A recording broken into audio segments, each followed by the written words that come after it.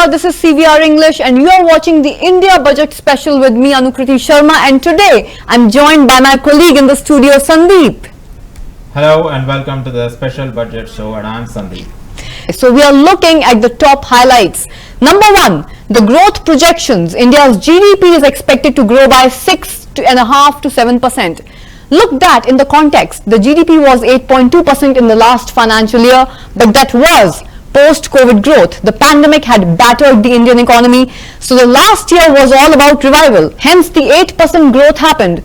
Having said that, 6.5 and 7% are also quite impressive. China, for example, is expected to grow by just 5%, so India is quite well placed.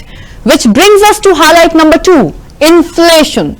The survey says that prices are largely under control, but food inflation remains a problem.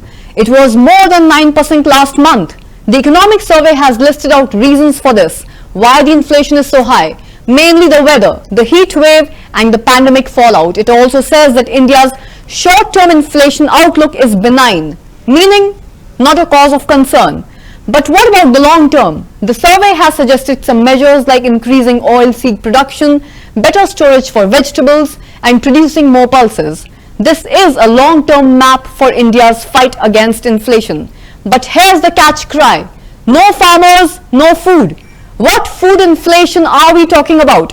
The food inflation hits the end consumer as the food prices escalate off the charts. While the Indian farmers are ready and more than willing to produce even more food, but what is stopping them from cultivating and producing more food so that the food prices can go down?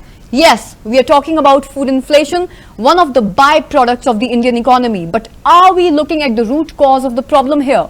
If the survey talks about food inflation, then there's no smoke without fire.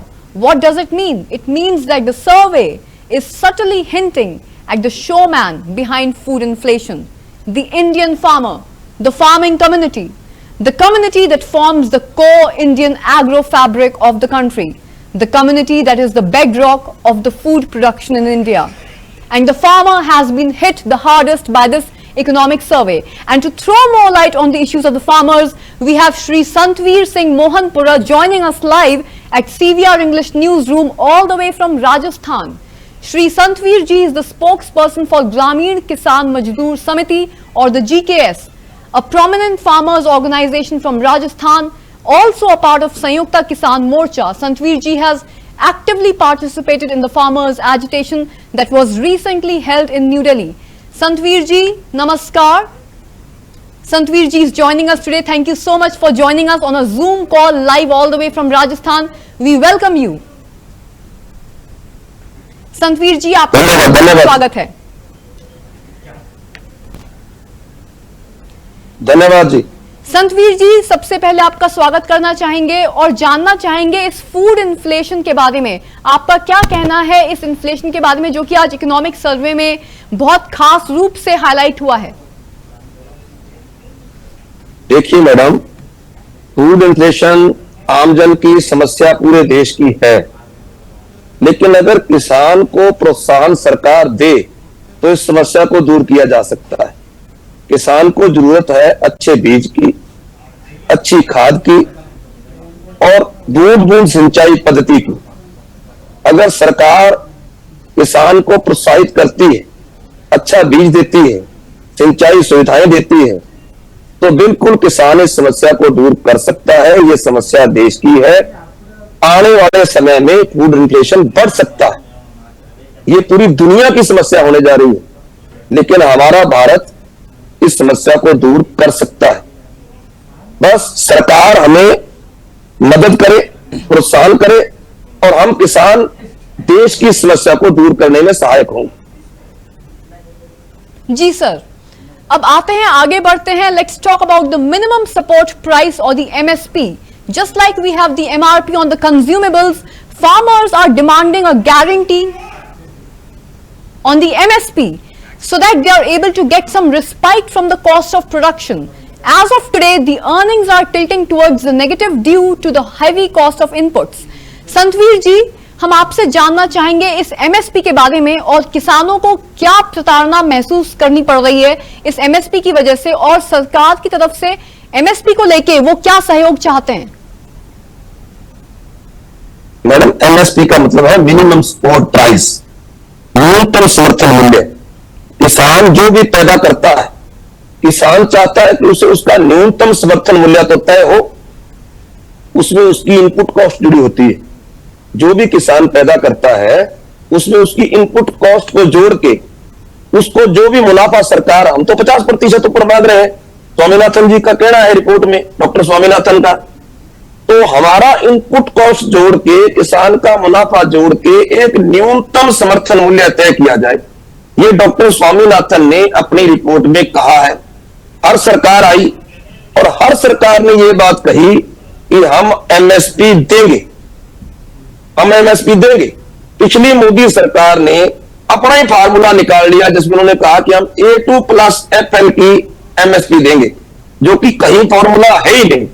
सही formula MSP का है C2+50, कि जितनी भी उसकी जमीन का किराया, उसकी कॉस्ट, उसकी इनपुट कॉस्ट, जितनी भी उसकी खाद, स्प्रे, डीजल, लेबर और उसका 50% मुनाफा, अगर किसान को एमएसपी दे दी जाए तो किसान को कोई और कर्ज देने की जरूरत नहीं रहेगी, किसान को ना कर्ज लेने की जरूरत रहेगी, किसान अपना कर्ज खुद उतार देगा। अगर एमएसपी दे दी जाए तो किसान कोई आत्महत्या नहीं करेगा, क्योंकि किसान की आमदनी तय हो जाएगी कि इतनी उसकी कॉस्ट है और इसकी इतनी आमदनी है। इसके संबंध में दिल्ली में जब हमने आंदोलन किया तो मोदी जी ने यह कहा, मोदी सरकार ने, कि हम एमएसपी पर आपकी एक कमेटी बना देंगे, इसमें सरकार के नुमाइंदे होंगे, किसानों के नुमाइंदे होंगे। वो कमेटी तय करेगी कि एमएसपी को कैसे लागू करना है, कैसे कैसे क्या क्या उसके स्टेप्स होंगे। लेकिन ना वो कमेटी मोदी सरकार ने बनाई गई, ना उसमें किसी किसान संगठन को लिया गया, वो बीच में ही रह गई। आज भी हम सड़कों पर बैठे हुए हैं और आज भी हम उसी मांग को लेकर बैठे हुए हैं, एमएसपी की मांग को। ये मांग के लिए हमने मनमोहन सिंह सरकार के समय आयोग की मांग की थी, कृषि आयोग की, जिसे डॉक्टर स्वामीनाथन की अध्यक्षता में बनाया गया था। और ना तो हमें एमएसपी मनमोहन सिंह जी सरकार ने दी, ना हमें वाजपेयी सरकार ने दी, और ना हमें ये टाइम बीत गया जो मोदी सरकार का।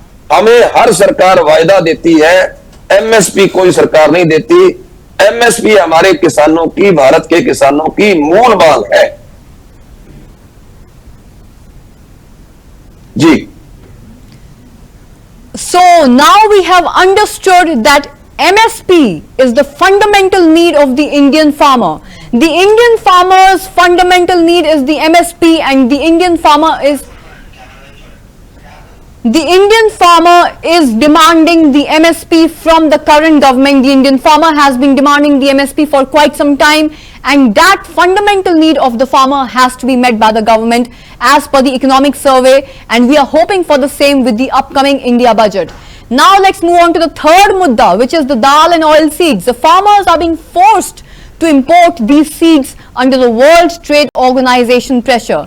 तो संतवीर जी, हम आपसे जानना चाहेंगे कि ये जो WTO का प्रेशर है आपके ऊपर, जो फार्मर्स के ऊपर प्रेशर है, इसके तहत आपको दाल और तेल के जो बीज हैं वो बाहर से इंपोर्ट करने पड़ते हैं, जबकि आप खुद इंडिया में इनकी पैदाइश कर सकते हैं, इनको प्रोड्यूस कर सकते हैं। इस मसले पर आपका क्या कहना है?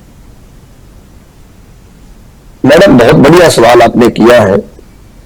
ये जो हमारी एमएसपी के सबसे बड़ी जो वादा है ना, ये WTO की एग्रीकल्चर पॉलिसी है।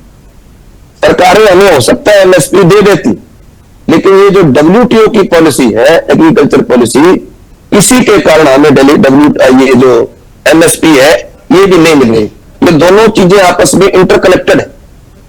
मैडम, WTO की एक एग्रीकल्चर पॉलिसी बनी हुई, उस पॉलिसी से हमें बाहर आना चाहिए, क्योंकि वो एग्रीकल्चर पॉलिसी जितने भी विकसित देश हैं उनके हक में है और विकासशील देशों के खिलाफ। विकसित देशों का डंडा चलता है, जिसमें विकसित देश अपनी ओर से ये तय करते हैं कि हर विकासशील देश को इतने प्रतिशत दालें, इतने प्रतिशत ऑयल सीड, इतने प्रतिशत गेहूं, इतने प्रतिशत कपास, इतने प्रतिशत चीनी, ये बाहर से खरीद करनी ही होगी। हमारे देश का अपना किसान खुद का वो ऑयल सीड पैदा कर रहा है, उसे भाव नहीं मिल रहा। वो दालें पैदा कर रहा है, उसे भाव नहीं मिल रहा, उसे एमएसपी भी नहीं मिल रही, उसकी दलहन और तिलहन खरीदी नहीं जा रही। वो गेहूं पैदा कर रहा है, वो गन्ना पैदा कर रहा है चीनी के लिए, चीनी बाहर से मंगवानी पड़ रही है और यहां के मिल घाटे में चल रहे हैं। अब जब सोचा जाए कि इसका कारण क्या है, जब हम यहां ऑयल सीड पैदा कर रहे हैं, आपको क्यों पाम ऑयल लेना पड़ता है? तो इसका कारण है WTO की एग्रीकल्चर पॉलिसी। वो हमारे देश को मजबूर करती है कि इतने प्रतिशत आपको पाम ऑयल बाहर से खरीद करनी पड़ेगी। उसी मजबूरी के कारण 2 महीने पहले भारत सरकार ने जो खाद्य तेल है उस पर ड्यूटी घटाकर 0 कर दी थी। वो क्यों की थी? इसी कारण, क्योंकि उनको लेना पड़ेगा, डंडा है।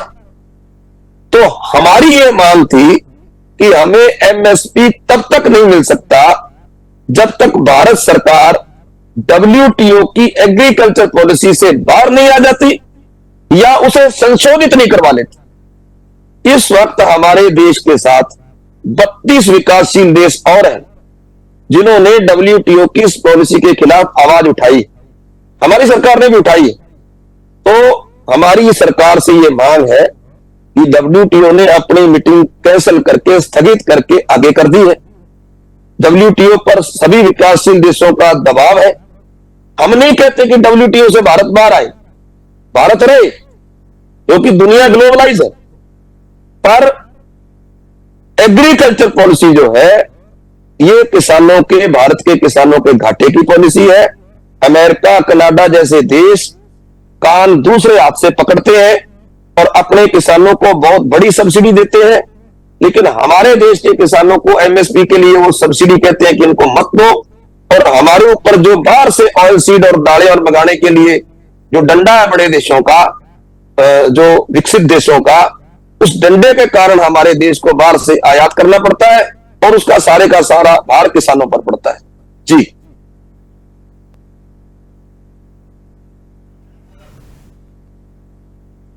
So much for throwing light on the production of the oil and the dal seeds in India, which can happen. The Indian farmer is ready to produce in India, but the farmer is not getting the benefit out of it.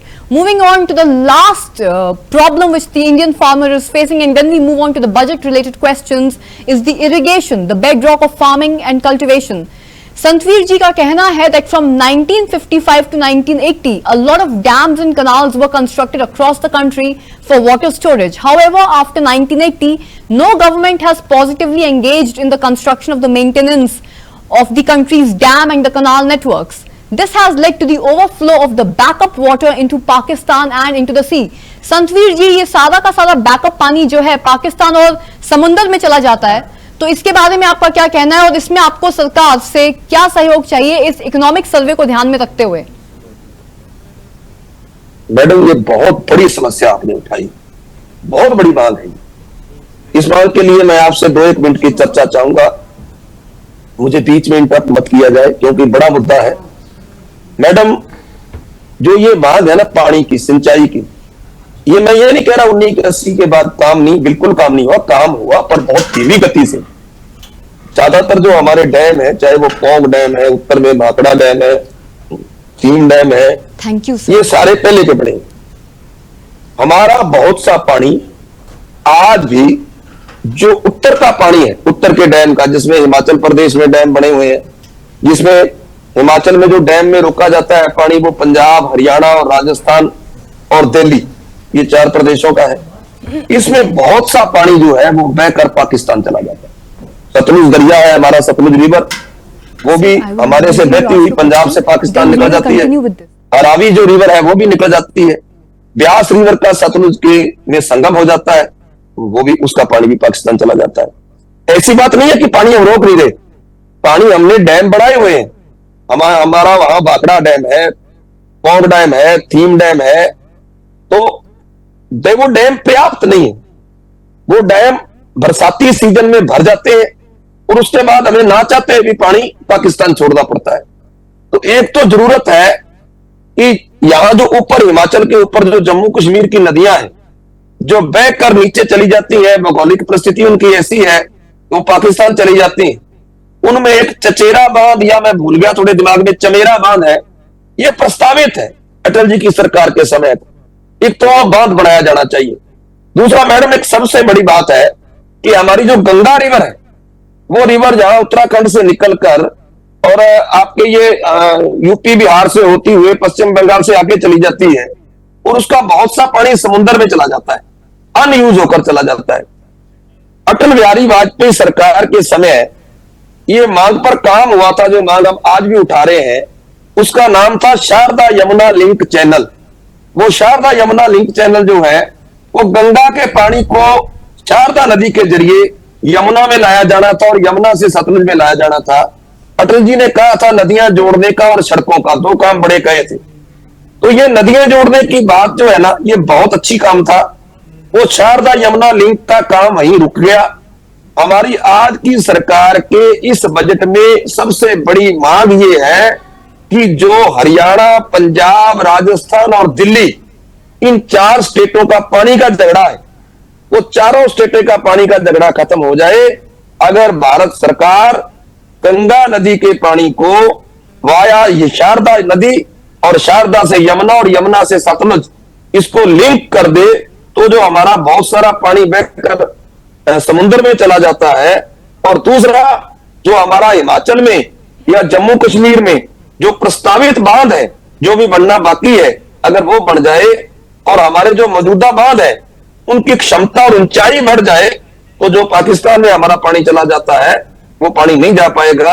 और पंजाब, हरियाणा और दिल्ली और राजस्थान, उत्तर भारत के जितने भी राज्य पानी से त्रस्त है, सूखे हैं, उन सबको पानी मिलेगा। सिंचाई पानी के संबंध में भारत सरकार को बहुत काम करने की जरूरत है। नंबर 1, सिंचाई पानी को जो मैंने बांध और नदियां जोड़ने की बात कही है। नंबर 2, जगह जगह गांव में जो इरिगेटेड एरिया है उसको बूंद बूंद सिंचाई पद्धति से जोड़ने के लिए जो हमारे पॉन्ड्स हैं, डिग्गी निर्माण है खेतों में, उसमें सब्सिडी देने की जरूरत है। ये मैं कहना चाहता था। मैं धन्यवाद। That is a really big insight on harvesting and storage of river water in India, and this needs to be looked into by the government, the current sitting government, according to the economic survey and the upcoming budget which comes out in India tomorrow. संतवीर जी आज हमारे साथ हमारे news room में हमारे सहपाठी जुड़े हैं, साथ में संदीप जी। और संदीप जी, आपसे एक सवाल पूछना चाहेंगे आज हमारे इकोनॉमिक सर्वे से रिलेटेड। संतवीर जी, संदीप जी। संतवीर जी नमस्ते। जी। बहुत खुशी हुई है आपसे मिलके और आपसे बात करके। बहुत बढ़िया बातें आपने कही है अभी तक। ये बजट हो चुकी है सर, और इसमें 1.52 मतलब 1.52 लाख करोड़ रुपए एग्रीकल्चर के लिए आज एलोकेट हुआ है। ये आपको आप इसे कैसे देखते हैं? जब आपने एमएसपी के बारे में बताया था और बांधों के बारे में बताया था, लेकिन 1.52 लाख करोड़ एलोकेशन कहाँ पे होता है, ये चीज़ एक्चुअली पूरी तरह से बताया नहीं गया है। और 1.52 लाख करोड़ जो भी है वो काफ़ी बड़ी रकम है एक सेक्टर को देने के लिए। तो आप इसको कैसे देखते हैं? लेकिन एमएसपी के बारे में निर्मला जी ने ये कहा था कि एमएसपी हर चीज़ में बढ़ाएंगे और 109 सीजनल क्रॉप्स के बीज को फिर से लागू किया जाएगा। ये तो उन्होंने एग्रीकल्चर के बारे में बताया था। तो ये जो आपने तो बीजों के बारे में भी बताया था अभी और खेती बाड़ी के बारे में भी बताया था। आप इसको कैसे देखते हैं 1.52 लाख और 109 सीजनल क्रॉप? जी देखिए, आपका अच्छा सवाल है। एक तो आपने कहा बजट 1.25 लाख शायद आपने बताया है। 1.52 सर। तो भाई साहब, एक तो ये है कि ये बजट किसान को कितना मिलेगा और जो किसान के नाम पर कंपनियां हैं उनको कितना मिलेगा। सीधा किसान के सहायता कितनी मिलेगी इस बजट से, कितना किसान को डीजल सस्ता में नहीं मिलेगा, किसान को कितनी डाया और यूरिया में सब्सिडी होगी, किसान को कितनी इसमें पानी सिंचाई के माध्यम से सब्सिडी या कहीं कोई सहायता मिलेगी, किसान को इस बजट से कितनी फसल खरीद की जाएगी, किसान की कितने ऑयल सीड्स खरीदे जाएंगे, किसान के कितनी कपास खरीदी जाएगी किसान की। तो ये कैसे कैसे बजट को किसान पर लगाएंगे जिससे सीधा किसान को फायदा मिले। एक तो ये देखने वाली बात है। कि किसान को अगर कोई जो कंपनियां हैं, जैसे खाद कंपनी को दे दिया, बीज कंपनी को दे दिया, गन्ना मिल को दे दिया, तो वो किसान को सीधा डायरेक्ट फेड हाउस से नहीं पहुंचता है। बजट कैसे न कैसे किसान तक पहुंचे और किसान उस बजट से अपनी जो आमदनी है, अपनी जो कॉस्ट है वो बढ़ाए, जो आउटपुट कॉस्ट है वो उसको बढ़ाए, अपनी फसल के उत्पादन को बढ़ाए, तो तभी तो देश का फायदा होगा और तभी किसान का फायदा होगा। अब ये बजट, उस बजट जो बजट रखा है एग्रीकल्चर का, उसको कहां कहां आवंटित कर रहे हैं, क्या फायदा होगा, ये तो अभी जब बजट का खुलासा होगा तब पता चलेगा। मैंने ये आपके माध्यम से पहले मांग कर दी है, सिंचाई में जो काम होने वाला है, आयात निर्यात में जो काम होने वाला है, फसल खरीद के संबंध में जो काम होने वाला है, और एक मैं और कहना चाहता था कि अगर बजट जो इन्होंने एग्रीकल्चर के लिए रखा है, तो जो कृषि यंत्र है, जो किसानों के लिए इंप्लीमेंट्स होते हैं, ट्रैक्टर भी है और उसके और यंत्र भी हैं, इन पर भी टैक्स बहुत ज्यादा है, तकरीबन 28% के करीब, जो 18 से 18।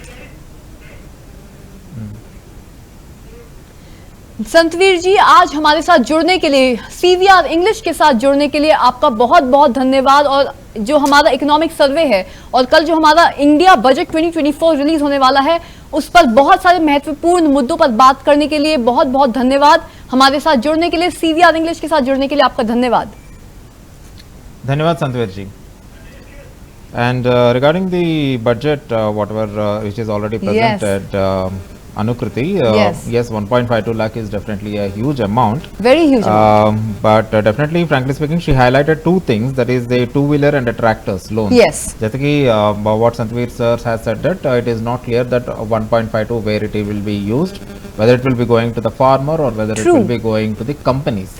Yes. One clarification regarding the vehicles, definitely the Nirmala Sitharaman has given about two-wheelers and tractors, and one more thing is, we have to, whenever the budget is presented, obviously India is an agro-based country. Yes. 70% of the population is depending upon the agriculture, 30% of the revenue is from the agriculture, definitely, and unless or otherwise agricultural grows, India will never definitely. Like they say, India is based on agriculture. Yes. Out of all the cultures, agriculture is the biggest culture, and we have 1.42 billion mouths to feed.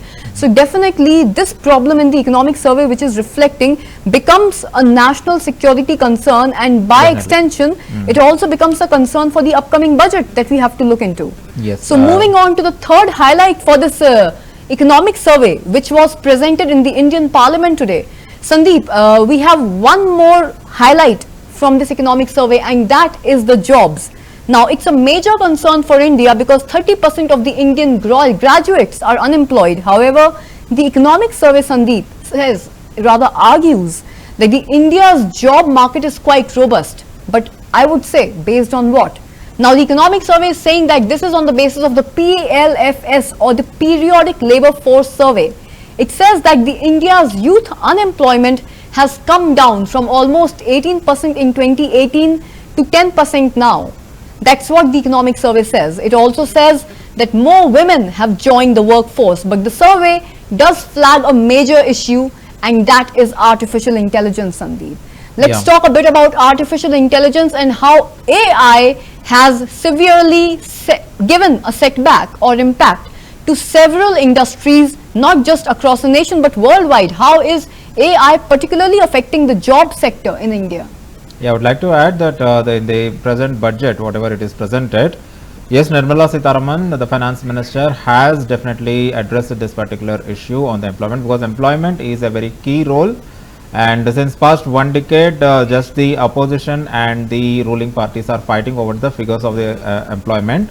Because when Narendra Modi was campaigning in 2014, he promised 2 crore jobs per annum. He did. Yes. 2 crore jobs per annum he promised, but unfortunately, frankly speaking, the past one decade, if you see, the figure has not touched 2 crore jobs. It has not. So one he promised for per annum, but it did not touch for 10 years. And in between, the surveys has said that India's unemployment rate has gone 45-year high, and it has become a very great weapon to the opposition to fight. But however, the ruling party, especially Modi, who clearly counters who are very experts in countering with this particular data, whatever they are having, they have countered that we are growing, which means unemployment is not a matter of concern in India. And recently also, after during the recent election campaign also, this particular issue has come, and immediately after the elections, and among the common public, frankly speaking, unemployment actually, which should be a major concern, but frankly speaking has not impacted. That's the reason why Modi has become the Prime Minister for the third time. Absolutely, yes, we can say that. And immediately after Narendra Modi 3.0 government has formed, RBI has given the data that 4.5 crore jobs were given in the past 1 decade, and with this particular data, the ruling party has countered the Congress like anything. So these are the things which are. But I still feel, Sandeep, that when it comes to unemployment and artificial intelligence, although it is a very big question right now, people are discussing it. It is also rather a debatable one. It is more of a do dhari talwar right now, more of a paradoxical situation here. On one hand, we cannot deny the fact that Modi's government has created more opportunity for the jobs, and not just for the jobs, but also for this entire ecosystem of entrepreneurship. The entrepreneurial ecosystem in India has seen a big boom under Modi's guidance. This is probably the best time in the country for the entrepreneurs. The governments are supporting entrepreneurship. Big companies, big organizations like T-Hub, which are established right here in our city of Hyderabad, are supporting budding entrepreneurs. Governments are supporting entrepreneurship. So on one side, we cannot deny the fact that entrepreneurship and jobs alike are getting a big boom in the country. But at the same time, you are also correct that the number of the unemployed, the percentage of the unemployed youth in the country is also increasing simultaneously. It's a very paradoxical situation right now, a rather debatable one. Yeah, paradoxical situation, but yes, it's also a debatable one. And addressing the budget today, Nirmala Sitharaman has assured one particular scheme called the internship. Yes. She has assured 1 crore youth will be given internship, and this particular internship will be going on 5,000. She said that the government is going to collaborate with 500 companies to give the internship program in crores of people. But the matter of debate is how 5,000 rupees is going to help in nowadays.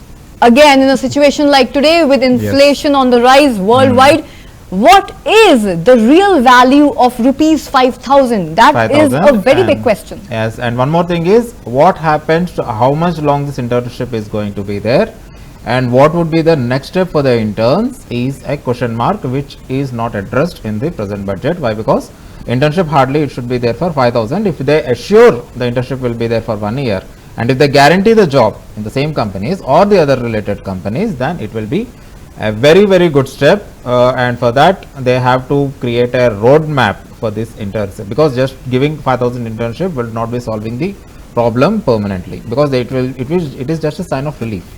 Nothing more. Indeed, Sandeep, that is a very valid and relevant point raised by you. And one more thing which I would like to add to your point is putting it on paper and speaking it in the parliament is very different from executing it and implementing it in real life. So one, what is the value of rupees 5,000? Two, how many students are going to benefit from it? The unemployed youth is going to benefit from it. And three, the very important question, how many of these interns are actually going to end up getting real-time jobs? Yes. These practical questions have not been addressed in the parliament today. Exactly. So the internship program is definitely, yes, it is a very, very good step, because something is better than nothing, and the government is guaranteeing the internship, but guaranteeing the step rather than giving a job would be a very good thing. And now we are going live to Prime Minister Narendra Modi. He is speaking. He is giving his view on the present budget which is presented today. Oh, let's take a look. और स्वरोजगार के अभूतपूर्व अवसर बढ़, ये हमारी सरकार की पहचान रही है। आज का बजट इसे और सुदृढ़ करता है। देश और दुनिया ने पीएलआई स्कीम की सफलता देखी है। अब इस बजट में सरकार ने एम्प्लॉयमेंट लिंक्ड इंसेंटिव स्कीम की घोषणा की है। इससे देश में करोड़ों करोड़ों नए रोजगार बनेंगे। इस योजना के तहत जीवन में पहली नौकरी पाने वाले युवा की पहली तनख्वाह हमारी सरकार देगी। स्किल डेवलपमेंट और उच्च शिक्षा के लिए मदद हो या फिर 1 करोड़ नौजवानों को इंटर्नशिप की योजना, इससे गांव के गरीब के मेरे नौजवान साथी, मेरे बेटे बेटी देश की टॉप कंपनियों में काम करेंगे। उनके सामने संभावनाओं के नए द्वार खुलेंगे। हमें हर शहर, हर गांव, हर घर एंटरप्रेन्योर्स बनाना है। इसी उद्देश्य से बिना गारंटी के मुद्रा लोन की लिमिट को 10 लाख से बढ़ाकर 20 लाख रुपए किया गया है। इससे छोटे कारोबारियों, विशेष रूप से महिलाओं, दलित, पिछड़े, आदिवासी परिवारों में स्वरोजगार को बल मिलेगा। साथियों, हम सब लोग मिलकर भारत को ग्लोबल मैन्युफैक्चरिंग हब बनाएंगे। देश का एमएसएमई सेक्टर मध्यम वर्ग से जुड़ा हुआ है। एक प्रकार से एमएसएमई सेक्टर की ओनरशिप मध्यम वर्ग ही है और इसी सेक्टर से गरीबों को ज्यादा से ज्यादा रोजगार भी मिलता है। छोटे उद्योगों की बड़ी ताकत, उस दिशा में हमारा अहम कदम है। इस बजट में एमएसएमईज के लिए ईज ऑफ क्रेडिट बढ़ाने वाली नई योजना का ऐलान किया गया है। मैन्युफैक्चरिंग और एक्सपोर्ट इकोसिस्टम को हर जिले तक ले जाने के लिए बजट में अहम घोषणा की गई है। ई कॉमर्स, एक्सपोर्ट हब्स और फूड क्वालिटी टेस्टिंग के लिए 100 यूनिट्स, ऐसे कदमों से वन डिस्ट्रिक्ट वन प्रोडक्ट अभियान को गति मिलेगी। साथियों, ये बजट हमारे स्टार्टअप्स के लिए, इनोवेशन इकोसिस्टम के लिए ढेर सारे नए अवसर लेकर आया है। स्पेस इकोनॉमी को बढ़ावा देने के लिए 1000 करोड़ रुपए का फंड हो, एंजल टैक्स हटाने का फैसला हो, ऐसे कई सारे कदम इस बजट में उठाए गए हैं। साथियों, रिकॉर्ड हाई कैपेक्स इकोनॉमी का एक ड्राइविंग फोर्स बनेगा। 12 नए इंडस्ट्रियल नोड्स, देश में नए सैटेलाइट टाउन्स का विकास और 14 बड़े शहरों के लिए ट्रांजिट प्लान्स, इससे देश में नए इकोनॉमिक हब विकसित होंगे और बहुत बड़ी संख्या में नए रोजगार बनेंगे। साथियों, आज डिफेंस एक्सपोर्ट्स रिकॉर्ड स्तर पर है। इस बजट में डिफेंस सेक्टर को आत्मनिर्भर बनाने के लिए अनेक प्रावधान किए गए हैं।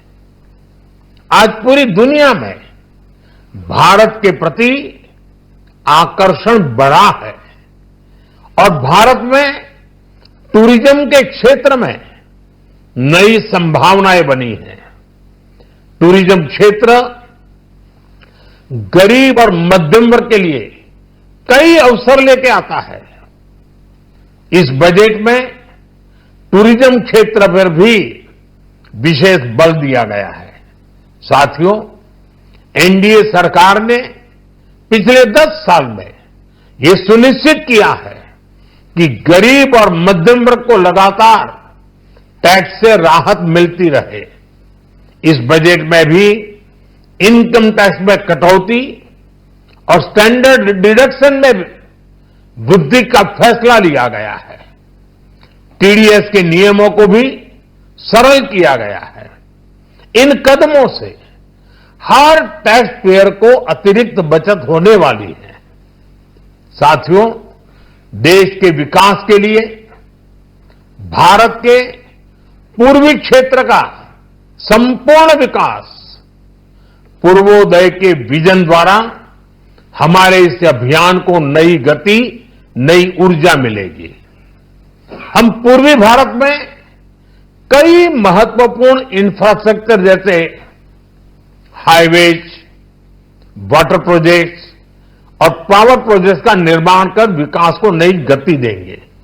साथियों, इस बजट का एक बहुत बड़ा फोकस देश के किसान है। अन्न भंडारण के लिए दुनिया की सबसे बड़ी स्कीम के बाद अब हम वेजिटेबल प्रोडक्शन क्लस्टर्स बनाने जा रहे हैं। इससे एक और छोटे किसानों को फल, सब्जियों, अन्य उपज के लिए नए बाजार मिलेंगे, बेहतर दाम मिलेंगे।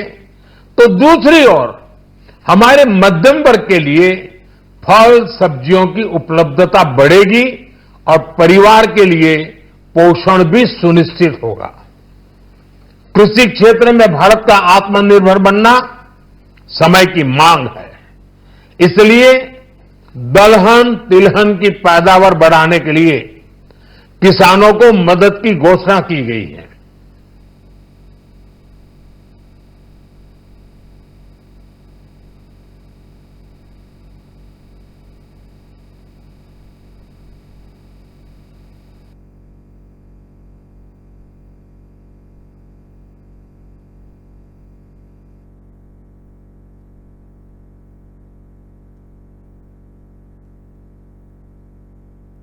Indeed, it is rather refreshing to know that according to this India Budget 2024, we are going to have a lot of internship opportunities, and also we are expecting to see massive growth in the job sector, and not just that, also in the entrepreneurship and the startup sector across the country. But Sandeep, this brings me to my next doubt, or rather the next highlight which has come out in the India Budget 2024. And that is the advent of artificial intelligence. Now, artificial intelligence, listen to this, and I'm quoting. This is what the India Budget has said in its bullet. Artificial intelligence casts a huge pall of uncertainty as to its impact on the workers across all skill levels, low, semi and high. These will create barriers and hurdles to sustained high growth. There is uncertainty in the job market. Now, this is a big statement to make by our finance minister, but it's also a debatable one because we don't know the level of AI penetration in India, and we don't know how many companies are using it and to what extent. So it's tough to gauge the impact, but if AI has made it to the budget of India this year, then that in itself is a big deal. Now, I would like to discuss this with you, Sandeep. Don't you think that now this is also a very diabolical situation? On one hand, the Indian government is promising multitudes of job opportunities, and it is also promising massive support to the startup ecosystem in the country. Yes. It is also promising huge number of internships to the unemployed youth of the country. Yes. But now with the advent of information technology and AI, which most of the times tend to go hand in hand, don't you think that this is also going to create a troublesome situation for those who are seeking employment, the job seekers of our country? Because in the recent years, in the past recent years, we have seen that a lot of jobs from human beings have been snatched by the advancement of artificial technology. Let's take a look at ChatGPT as an example. Let's take a look at the entire IT sector of the country. So many jobs have been snatched, people have been sacked, they've been fired by multinational companies. Why? Because of the advent of AI, and AI has been flagged by the finance minister and the Indian budget itself. What do you have to speak about it? See, this is, as you said, it is a very diabolic situation and it's a very hypothetical situation also sometimes. But one thing I would like to take you back to the history, that when computers was emerging in India, especially during the time of Rajiv Gandhi, then also the opposition has said that not to introduce computers because one computer is equivalent to 100 human beings. And at that particular time, the main problem of India was unemployment. Unemployment was obviously because it is as the most populous country, then it was second, now it is the most populous country. Yes. So unemployment is a major concern True. every time. But since then all the governments has given a very big boost. That then opposition later on came to power, but every time information technology was on the top priority. And today you are saying that without information technology we cannot imagine our daily life. Yeah. Even a layman also cannot imagine himself. He For cannot example, use our smartphones. every time. Everybody needs information technology. Definitely. So what is the thing is we cannot say that information so same thing now, same discussion is happening now regarding the AI. Yes. AI definitely overtakes few jobs, but it will create the jobs as well. How is that going to happen? I'm a Because little of- interested in this matter. You have quoted ChatGPT. Yes. It is an AI tool, but who is going to make ChatGPT? Who is going to give command to the ChatGPT? Human beings again. Definitely. So anything will be for the ease of that. So these particular problems like employment or unemployment or these things will come and go, but how we are using it, definitely it will be there in our hands only. If we look No. at this picture on a lighter note, with a positive note, there is indeed a silver lining even with the advancement of artificial intelligence in the country. And as a news presenters, artificial intelligence, you can also be replaced because we are already having 4 AI news readers. Is it? Definitely, yeah. Wow. OTV was the first one who has launched it. There are so many things. Lena, Tesla. There are so many artificial Looks like intelligence. you and I, we constantly need to be on our toes when we enter the newsroom every day, Sandeep. But they will be working on a command, but human brains will be working on their. And that's why I say the human beings are always going to be Yes. on top of information technology and AI. So we have nothing to worry about as long as we are competent and talented. Definitely, definitely. And yes, so that is all that we have to discuss about the India budget for today. But now, yes, Sandeep, these were the key highlights that were a part of the India budget 2024. The finance minister has highlighted these 4 big things in the India budget for 2024. We'll keep you posted on more updates and further developments in this discussion with regards to the India budget. CVR News English will be giving you a complete and continuous coverage of the Union Budget 2024. So keep watching CVR News English. For now, I am Sandeep signing off. And this is Anukriti Sharma signing off. Keep watching CVR English.